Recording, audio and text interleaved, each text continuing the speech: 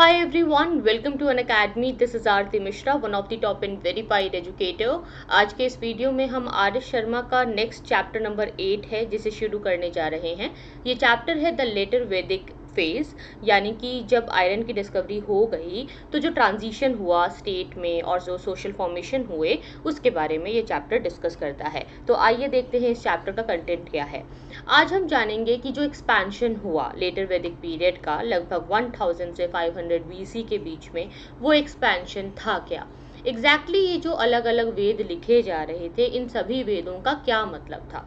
इसके अंतर्गत हमने एक चीज है जो बहुत बार सुनी है, पेंटेड ग्रेव वेयर। तो ये पेंटेड ग्रेव वेयर साइट्स कौन सी होती थी और ये कहाँ कहाँ थी, इसके बारे में जानेंगे हम। भरताज और पुरुष, कुरुक्षेत्र, पांचाल, हस्तिनापुर, ये सब जानेंगे। इसको मैप के जरिए देखेंगे, ये सारे जितने भी साइट्स हैं इसको मैप के थ्रू हम पूरा क्लियर करेंगे।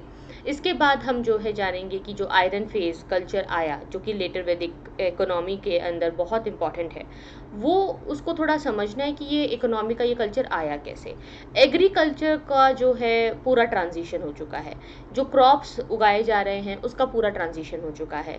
और इसके अंदर जो अलग अलग प्रकार के पेंटेड वेयर्स थे वो कौन कौन से थे और उसकी क्या इंपॉर्टेंस है। इसके अलावा पॉलिटिकल ऑर्गेनाइजेशन, किंग्स, अलग अलग प्रकार के यज्ञ, हवन, सोशल ऑर्गेनाइजेशंस, और जो रिचुअल्स थी, जो रिचुअल करने की जो फिलॉसफी थी, यज्ञ करने की जो फिलॉसफी थी, ये सब जो है सोसाइटी, वर्णा, ये सारा जो डिफ्रेंशिएशन शुरू हुआ वो हम समझेंगे। ठीक है, तो ये डिटेल में आज हम जानेंगे। तो ये है आपकी आर एस शर्मा की बुक क्लास 11th के लिए, तो इसे हम शुरू करने जा रहे हैं। ओके, तो अगर गाइज आप ये सेशंस एंजॉय कर रहे हैं तो मुझे एक लाइक और एक कमेंट ज़रूर दीजिए, एंड ये आपके तरफ से एक बहुत बड़ा सपोर्ट होता है फ्री लेसन्स बनाने के लिए।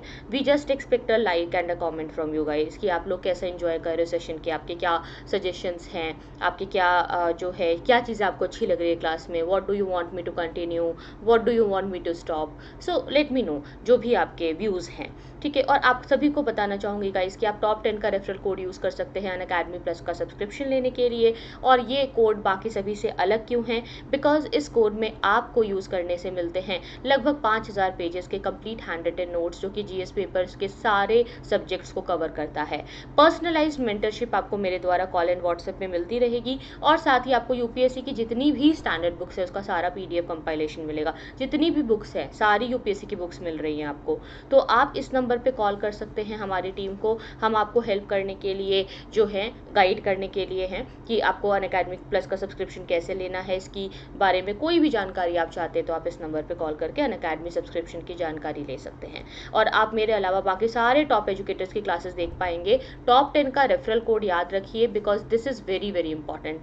एंड टॉप 10 रेफरल कोड अगर आप यूज़ करते हैं तो आपको ना सिर्फ मेरी क्लासेस देखने को मिलती है, बाकी अनलिमिटेड एक्सेस मिलता है सभी टॉप एजुकेटर्स की क्लासेस में। आप जा सकते हैं किसी भी क्लास में, आप जाओ कहीं पे भी आप पढ़ो, कोई मतलब रिस्ट्रिक्शन नहीं है। और सबसे अच्छी बात ये हो जाती है गाइस कि अनअकैडमी प्लस पर जो है ऐसा नहीं है कि आपने जो है आज ज्वाइन किया तो पुराने कोर्स से छूट गए तो उसका क्या, आपकी हर चीज़ की रिकॉर्डिंग रहती है। आप जो है पिछले साल के जो कोर्सेज छूट गए वो भी देख सकते हो अगर आप आज सब्सक्रिप्शन लेते हो। और मंडे को हमारा नया बैचेस शुरू हो रहा है। मेरा जो नया, आप जानते ही हैं कि जो एनसीईआरटी 6 to 12 का जो बैच रहता है जिसमें मैं सारे सब्जेक्ट 6 to 12 कवर करती हूँ।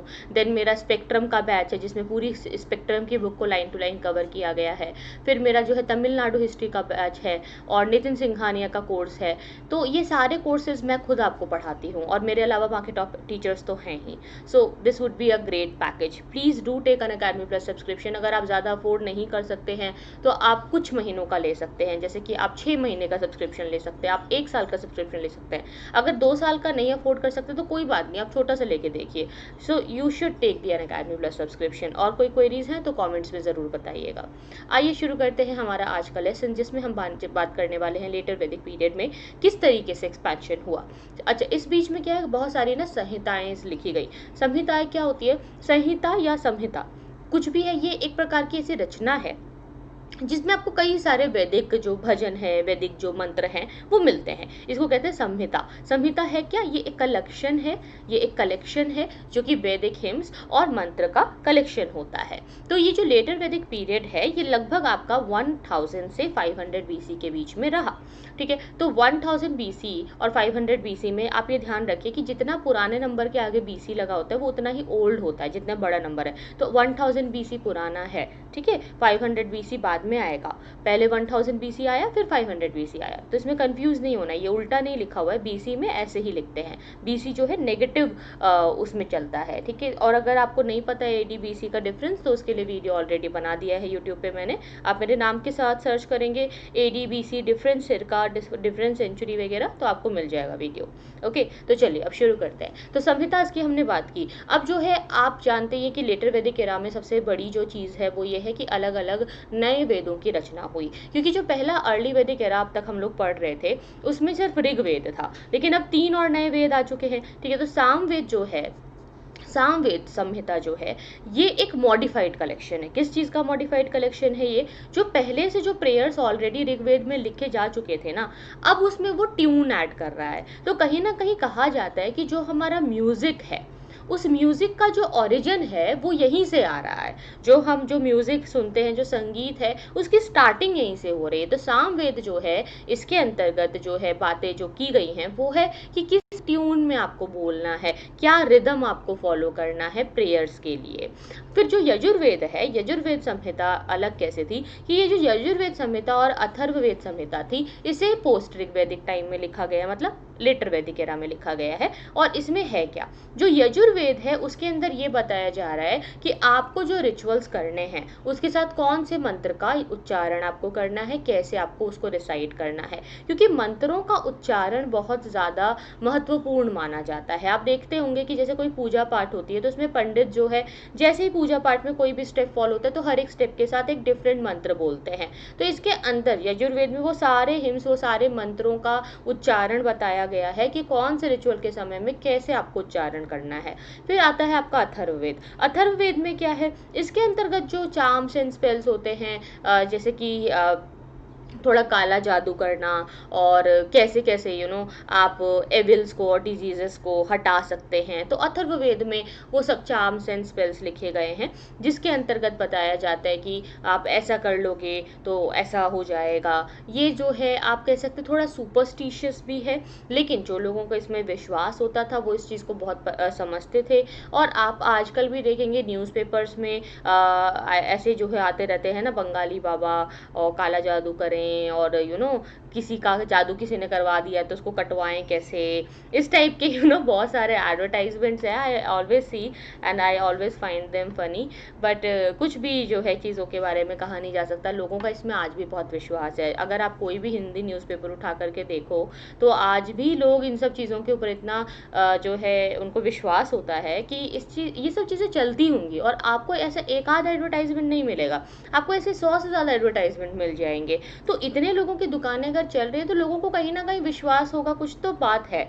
जो इतना लोग उस चीज़ को लेकर के पड़े हुए हैं कि हाँ कोई भी बीमारी ठीक हो जाती है, कोई भी जो है दुख खत्म हो जाता है अगर हम जो है बाबा जी के पास चले जाएंगे और उनसे जो है मंत्र वगैरह झाड़ फूंक करवा लेंगे। तो वो सारा जो झाड़ फूंक करना है वो सब जो है अथर्ववेद में लिखा गया है। देखिए इसमें आप किसी भी चीज़ को अदरवाइज ना लें, आपको पढ़ाने के लिए, आपको कॉन्सेप्ट की क्लियरिटी के लिए कुछ बातें जो है मैं करती हूँ। इसमें हम रियल लाइफ एग्जाम्पल्स लेते हैं तो उसको लेकर के किसी के सेंटिमेंट्स हर्ट नहीं होने चाहिए और आप इसको जो है गलत वे में ना लें, ठीक है। और अगर किसी भी बात का आपको बुरा लगता है तो उसके लिए एडवांस में मेरी तरफ से सॉरी है। और ये डिस्क्लेमर बड़ा देना पड़ता है क्योंकि जहाँ पे भी रिलीजन वाली बातें आ जाती है वहाँ पे लोग बहुत ज़्यादा इमोशनल हो जाते हैं, सीरियस हो जाते हैं। तो ध्यान रखें कि किसी के भी सेंटिमेंट्स को हर्ट करना या किसी के भी फेथ या बिलीफ को हर्ट करने का इंटेंशन यहाँ नहीं होता है, ठीक है। तो चलिए आगे बढ़ते हैं। तो अब हम बात करेंगे जो ब्राह्मणास हैं, इसके अंदर आपको सीरीज ऑफ टेक्स्ट मिलेंगे जिसके अंतर्गत बताया गया है कि कौन सा वाला रिचुअल आप क्यों करते हैं। देखिए अगर आप मान लें दिया जलाते कि तो दिया जलाने से क्या होगा, क्यों शाम होते ही दिया जलाना, आरती दिखाना ज़रूरी होता है? क्योंकि ऐसा माना जाता है कि वो विघ्न बाधाओं को हटाता है और घर में प्रकाश लाता है। पहले लोगों के घर में बिजलियाँ नहीं होती थी, लाइट नहीं होती थी, तो शाम में जब दिया जलता रहता था तो उससे पूरे घर में एक प्रकाश रहता था। तो उससे क्या होता था कि कोई भी इंसान को कोई जो है चोट लगना, गिर पड़ जाना या कोई इंजरी हो जाना, उन सब के चांसेस कम रहते हैं। तो लाइट का एक इम्पॉर्टेंस है, तो उसके लिए दिया जलाया जाता है। तो आपको पर्टिकुलरली पता होना चाहिए कि कौन सा पर्टिकुलर जो रिचुअल है उसकी मीनिंग क्या है, क्यों हम वो रिचुअल फॉलो कर रहे हैं। हम कोई त्योहार मना रहे हैं तो क्यों मना रहे हैं, हम पेड़ पौधों की पूजा क्यों कर रहे हैं, हम तुलसी में जल क्यों डाल रहे हैं। तो ये सब चीज़ों की इम्पोर्टेंस अगर हमें नहीं मालूम होगी तो बिल्कुल ये जो है बात ऐसी हो जाएगी कि हम उस रिचुअल को फॉलो कर रहे हैं पर समझ नहीं पा रहे हैं कि उसके पीछे का ज्ञान क्या है, या हम अपनी स्पिरिचुअलिटी को एक सही तरीके से डेवलप नहीं कर पा रहे हैं। अगर आप लोगों से पूछें कि वो जो हिंदू धर्म को फॉलो कर रहे हैं, हिंदू धर्म में क्या है, हिंदू धर्म किस चीज़ के बारे में है, हिंदू धर्म के अंतर्गत क्या बातें की गई है, उसका क्या आइडियोलॉजी है, उसका क्या इंस्पिरेशन है, या वो पूजा पाठ कर रहे हैं तो क्यों कर रहे हैं, मंदिर क्यों जा रहे हैं, अगरबत्ती क्यों जला रहे हैं, उनसे अगर आप पूछेंगे तो उनके पास कोई जवाब नहीं है उस चीज़ का। They are just doing it, क्योंकि उन्होंने ऐसा देखते हुए करते हुए देखा है लोगों को, तो वो भी कर रहे हैं। लेकिन उसकी मीनिंग को समझना बहुत ज़रूरी है, जो कि हमें ब्रह्मणास बताते हैं कि ये क्या मीनिंग है, क्यों कर रहे हैं आप ये सब चीज़ें और क्या इसका मतलब है। जो भी सोशल और रिलीजियस रिचुअल्स होते हैं, फॉर्मूले होते हैं, उसके बारे में ये बताता है। इसके बाद जो जितने भी लेटर वैदिक टेक्स्ट हैं उसके अंदर आप देखोगे कि ये जो है, ये जब इसको कंपाइल किया गया तो वो बहुत बाद में हुआ। देखो पहले तो ये एक ओरल ट्रेडिशन था। ओरल, देखो लिटरेचर दो तरीके का हो सकता है, या तो ओरल लिटरेचर हो सकता है, ठीक है, या तो रिटन हो सकता है, लिखित साहित्य और मौखिक साहित्य। जो मौखिक साहित्य होता है वो बोल बोल करके चलता है, जैसे कि लोक कथाएं होती हैं, लोकगीत होते हैं, वो बोलते बोलते पास ऑन होते जाते हैं जनरेशन टू जनरेशन। तो वो लिखे हुए कहीं पे भी नहीं है, ओरल है। अब जैसे कि आप देखेंगे कि जो ओरल लिटरेचर होता है, जो मौखिक साहित्य रहता है, इसके अंतर्गत जो लेखक का या राइटर का जो नाम है वो ज़रूर आपको मिलेगा। जैसे कि गालिब की जो शायरियाँ हम सुनते हैं तो उसमें गालिब का नाम कहीं ना कहीं रहेगा कि गालिब जो है क्या कहता है, ऐसा करके। आप देखेंगे कि जो कबीर के दोहे हैं उसमें कबीर का नाम लिखा हुआ आपको मिलेगा, या कबीर का नाम उस दोहे में ज़रूर आएगा, कहत कबीर सुनो भई साधु, है ना, कहत कबीरा। तो कबीर का नाम बहुत है। सूरदास की जो कविताएं हैं उसमें सूरदास का नाम आएगा। तो जो भी एक चीज़ है, मतलब मौखिक है वो, तो लोगों को पता कैसे चलेगा, क्योंकि लोग लिख तो रहे हैं नहीं, लोगों को पढ़ना लिखना उतना नहीं अभी उस टाइम में आता था। तो लोग जो हैं सुन सुन करके समझ जाते थे कि अच्छा ये बात कही जा रही है और ये चीज़ ये वाली जो रचना है वो इस पर्टिकुलर लेखक की या इस पर्टिकुलर कवि की रचना है, क्योंकि उसका नाम उस कविता में या उस कहानी में कहीं ना कहीं आ रहा है। तो इसीलिए लोगों को पता चल जाएगा, ठीक है। इसी चीज़ को फॉलो करते हुए, इंस्पिरेशन लेते हुए हमारे यो हनी सिंह और हमारे जो बादशाह हैं उन्होंने भी अपने रैप्स में जैसे अपना नाम डालना शुरू कर दिया है। So that is something you can remember, ऐसा करते क्यों है लोग, ताकि याद रहे कि भैया हाँ ये वाला गाना। अब देखो जैसे कि मान लो आप गाना सुन रहे हो, आप बादशाह का रैप सुन रहे हो, अब रेडियो आपने चलाया तो आपको अब नया गाना आया, आप कोई रैप सुन रहे हो, आपको लग रहा है ये तो बड़ा अच्छा है। अब आपको पता चलेगा क्या कि सुनते सुनते उसमें नाम आ रहा है बादशाह का, तो आप समझ जाओगे कि अच्छा ये बादशाह ने लिखा हुआ है या बादशाह का गाना है। तो ऐसे करके समझ में आ जाता है। सो दिस इज समथिंग जिसे हम कहते हैं, ठीक है। तो ये ओरल ट्रेडिशन हुआ करता था। ऑल जितने भी ये लेटर वैदिक टेक्स्ट रहे हैं वो सब के सब कब कंपाइल हुए हैं, ये बहुत लेट से 1000 से 500 बीसी के बीच में कंपाइल हुए, जिसे हम लेटर वैदिक एरा बोलते हैं। और ये कहाँ हुआ है ये काम, ये अपर गैंगेटिक बेसिन में हुआ है। अपर गैंगेटिक बेसिन इन सिरका 1000 टू 500 बीसी। यहाँ पे सिरका का मतलब क्या होता है, सिरका का मतलब होता है लगभग, ठीक है। किसी भी चीज़ की डेट अगर आपको पक्की डेट नहीं मालूम होती है, उसके आसपास के अराउंड बोलना होता है। तो जब हमें कोई चीज़ की पक्की डेट नहीं पता होती है तो वहाँ पे हम सिरका लिख देते हैं। तो सिरका 1000 टू 500 बीसी के बीच में ये लिखा गया था। तो ये जो है इनको हम लोग क्या कहते हैं, ये जो अपर गैंगेटिक बेसिन का एरिया है, इस एरिया को देखो, बेसिन क्या होता है, बेसिन होता है जहाँ से नदी बहती है, ठीक है। जो भी पर्टिकुलर एरिया से कोई नदी बहती है, जहाँ से वो ड्रेन होती है, वो उसका बेसिन होता है। तो जहाँ जहाँ से गंगा नदी बह करके निकलती होगी उस जगह को हम गैंगेटिक बेसिन कहते हैं। तो वो जो गैंगेटिक बेसिन था इसको हम पेंटेड ग्रे वेयर साइट्स भी कहते थे, ठीक है। तो इसको पेंटेड ग्रे वेयर साइट्स क्यों बोलते थे, तो पेंटेड का मतलब है जिसमें पेंट किया हुआ है, कौन सा, ग्रे कलर का वेयर है। ग्रे वेयर मतलब हो गया ग्रे कलर का जो है मटका है या पॉटरी है। तो PGW painted grey ware site, तो ऐसा इसीलिए क्योंकि जो लोग यहाँ पे रहा करते थे ना, जो लोग यहाँ के रहने वाले लोग हुआ करते थे, वो लोग यही जो मिट्टी के बने हुए पेंटेड ग्रेवेयर हैं और डिश हैं और बर्तन हैं उसको यूज़ करते थे। इसी तरीके से ये नाम जो है पड़ गया है पेंटेड ग्रेवेयर साइट्स, PGW। ठीक है, तो PGW इसी को कहते हैं। अच्छा, जो ये टेक्स्ट हैं जिनके अंतर्गत ये सब बातें लिखी गई हैं उसमें क्या बताया जा रहा है कि जो आर्यंस है वो एक्सपैंड कर रहे हैं। आर्यंस जो हैं पहले, जैसे अपना ये मैप ऑफ इंडिया है अगर, तो आर्यंस पहले यहाँ से आए तो धीरे धीरे वो यहाँ पे थे और धीरे धीरे अब वो एक्सपैंड हो रहे हैं, पंजाब से भी आगे पहुंच चुके हैं और उत्तर प्रदेश तक का इलाका उन्होंने कवर कर लिया है। तो अब वो पंजाब से यूपी तक पहुंच चुके हैं और ये जो पूरा हिस्सा है जो कि कवर होता है गंगा यमुना दोआब के द्वारा, उस एरिया में ये लोग पहुंच चुके हैं। तो ये दोआब क्या होता है? दोआब होता है दो नदियों के बीच की जो ज़मीन होती है वो बड़ी फर्टाइल होती है, उसको हम दोआब कहते हैं।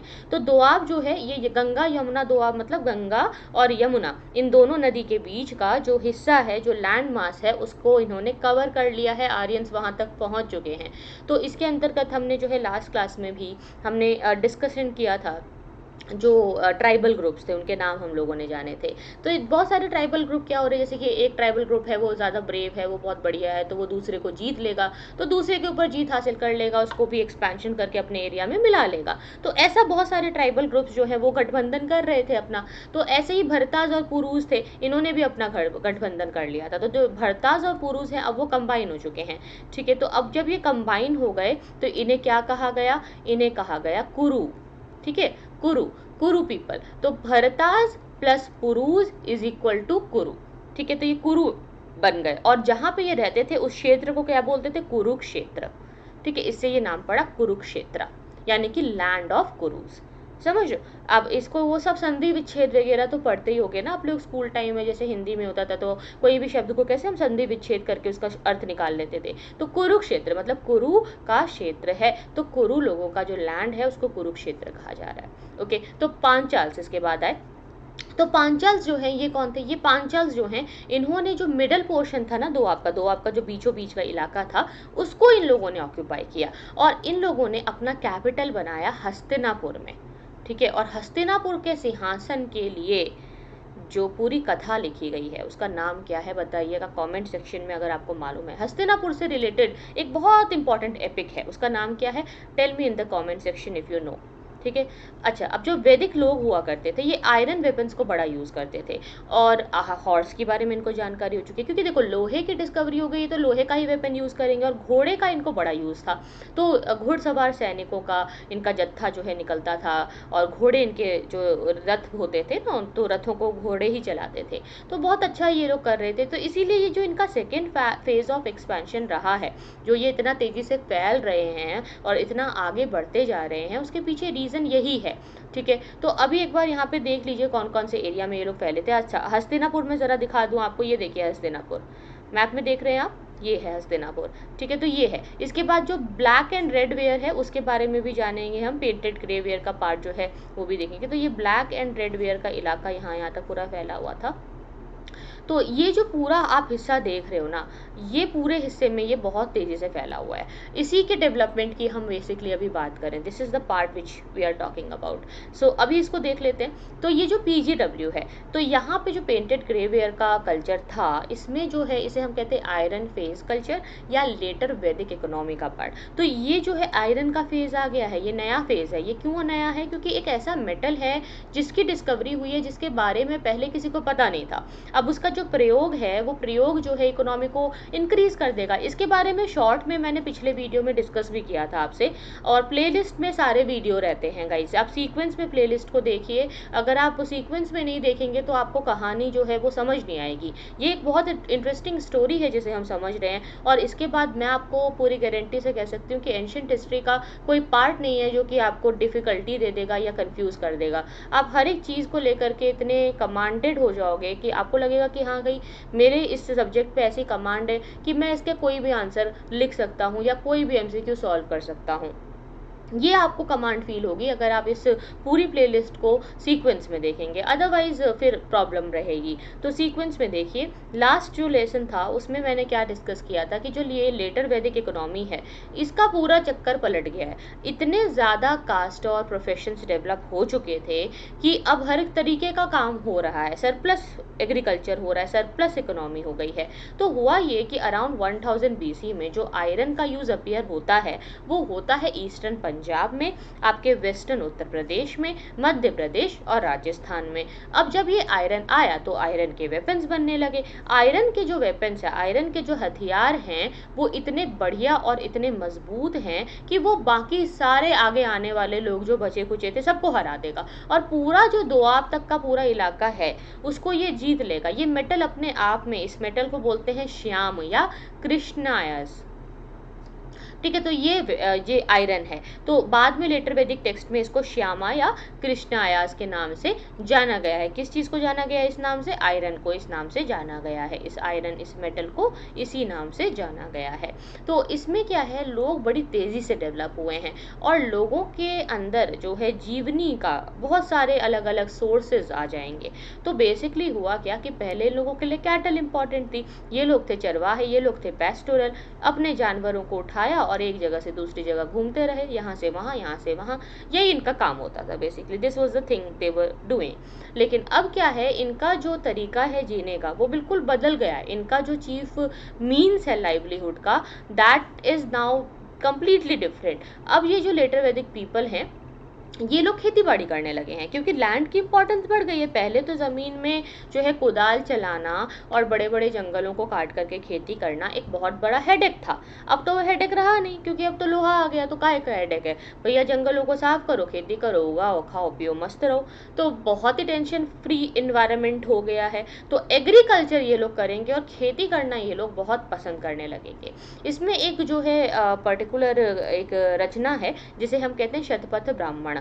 ये जो शतपथ ब्राह्मण है ये कहता है कई सारे रिचुअल्स के बारे में कि जो प्लफिंग रिलेटेड रिचुअल्स हैं, जैसे अगर आपको हल चलाना है, कुदाल चलाना है, खेती करनी है तो वो आप कैसे करेंगे, उसके क्या क्या जो है कर्म कांड होते हैं, उसमें भी चीज़ें होती हैं, ठीक है। भूमि पूजा है और भूमि के अंदर जो है आप कैसे आगे बढ़ेंगे। तो बाद में हुआ क्या था, लेटर टाइम्स में जो प्लफिंग है इसे जो है बाद में कहा गया कि ये छोटे लोगों का काम है, यानी कि छोटे लोग किसको कहा जा रहा था यहाँ पे, शूद्रास को। तो ये बहुत ही एक गलत थिंकिंग जो है हमारी सोसाइटी में ऐड हो गई कि शूद्रास को नीचे नज़र से देखने लगे कि भैया ये जो है ये लोग जो है छोटे लोग हैं, ये लोग नीचे जाति के हैं, तो यही लोग एग्रीकल्चर करेंगे। तो ये कहा जाने लग गया कि जो अपर वर्ण के लोग हैं, जो उच्च कास्ट के लोग हैं, जो ब्राह्मण हो गए, क्षत्रिय हो गए, वो लोग जो है अब खेती बाड़ी नहीं करेंगे, खेती करने का काम जो है वो लोअर लेवल, लोअर वर्ण के लोगों का रहेगा। तो ये कहा गया। तो ये जो है एक नया रिचुअल ऐड हो गया, एक नई आप कही कि एक नया माइंडसेट जो है लोगों के दिमाग में ऐड हो जाएगा। इसके बाद अगर हम क्रॉप्स की बात करें कि कौन से पर्टिकुलर क्रॉप्स ये लोग उगा रहे थे, तो राइस एंड वीट जो है ये इनका जो है प्रोडक्शन बहुत अच्छा चल रहा था। ये पहले भी, चावल और रोटी तो सभी को खानी ही है तो वो तो होगा ही, लेकिन अब बार्ले का भी प्रोडक्शन हो रहा है, वो तो कंटिन्यू रहा।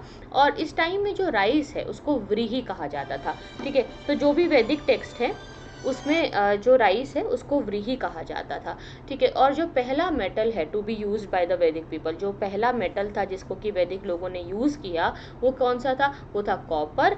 एंड जो है ये यूज़ किया जाता था mainly for war and hunting. ये वॉर के लिए और हंटिंग के लिए यूज़ किया जाता था। और साथ ही साथ ये जो कॉपर है ये गहने बनाने के लिए, यानी कि ऑर्नामेंट्स बनाने के लिए भी यूज़ होता था, ठीक है। तो copper was very very important. Copper जो है ये यूज़ होता था mainly for war, mainly for hunting and for making ornaments. तो first metal to be used was copper. सबसे पहले कॉपर यूज़ हुआ, उसके बाद फिर आया ब्रॉन्ज, उसके बाद फिर आया आयरन, ठीक है।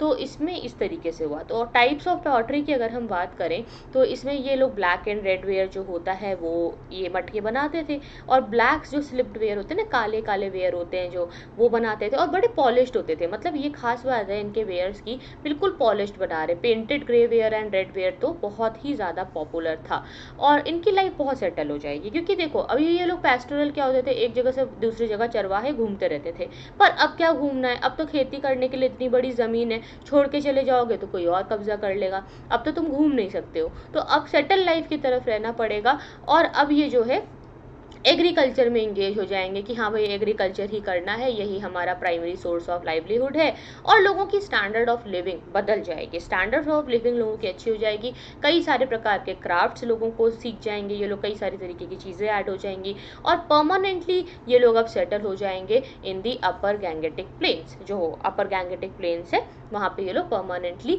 सेटल हो जाएंगे और सेटल होकर के अब इनका जो है लाइफ आगे बढ़ने लगेगा।